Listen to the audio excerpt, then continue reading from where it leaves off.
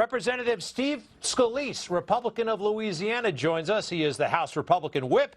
I'm sure he'll be there either in person or virtually or whatever. But, Congressman, welcome back. How are you?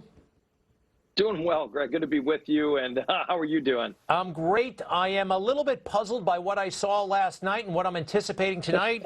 People are saying it looked like some sort of bad PBS fundraiser. I thought that worked very well. What do you make of this? And is there political significance for you guys?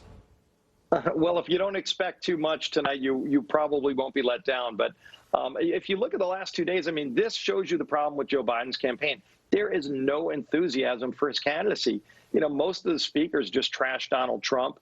They don't have any positive agenda to talk about because they know Joe Biden's literally embraced the entire Bernie Sanders socialist agenda.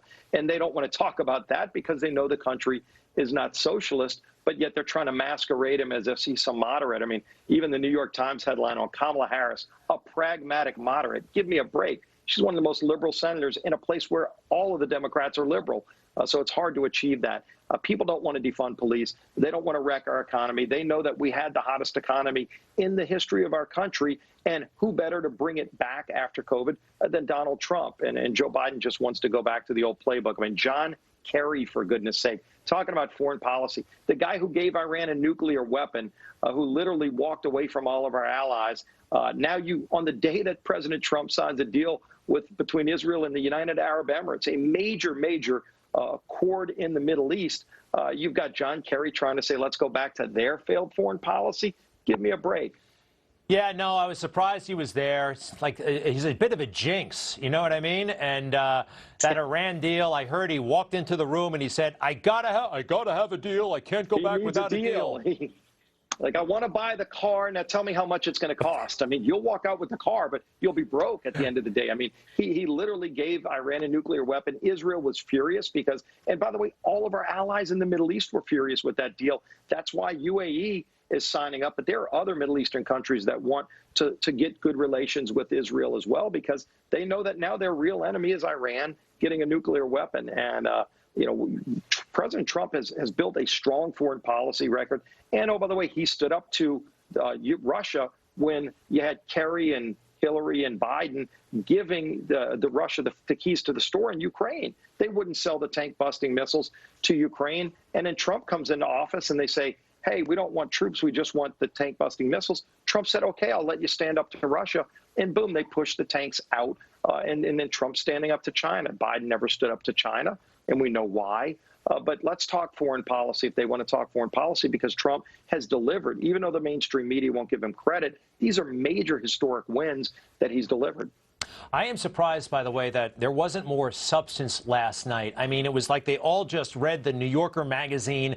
They talked to each other, and they exaggerated about this guy that they don't like. Now, Colin Powell, I guess he's a former Republican.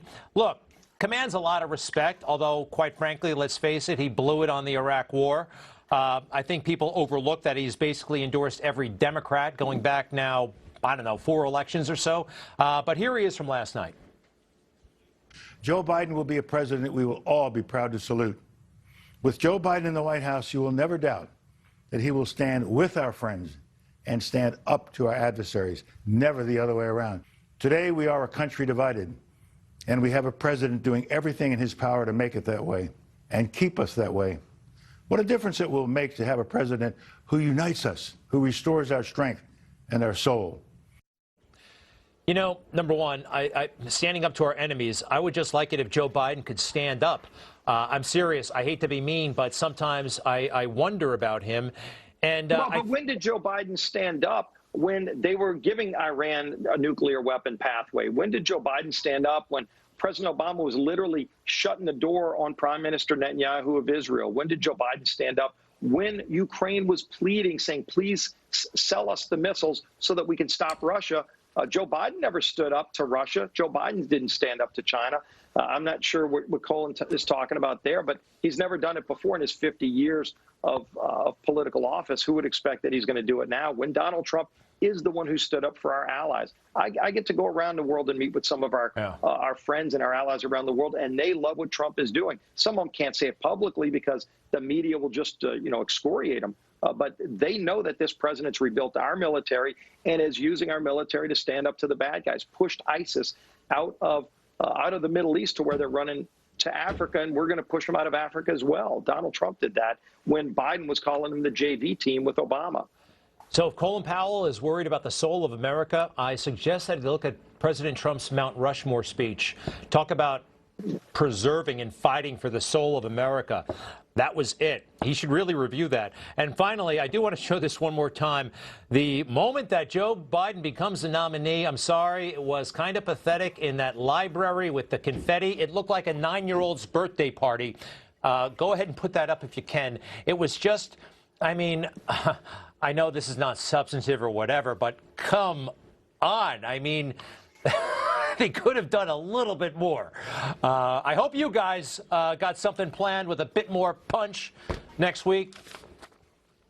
Look, all he's been doing is hiding out in the basement for months. That's all they've had to do is plan this, and that's what they came up with. So, imagine if he's planning how to, find the vaccine for COVID, which, by the way, President Trump, with Operation Warp Speed, has moved all of the regulations to where you get rid of red tape and you're letting agencies like FDA just focus on a vaccine. And we're now on the brink of a vaccine. That's what President Trump's doing, delivering and fighting for those men and women who were forgotten for years. They're going to show up to reelect Donald Trump. I believe you are correct, sir. Congressman Scalise, thanks so much for being back with us. Okay, take care.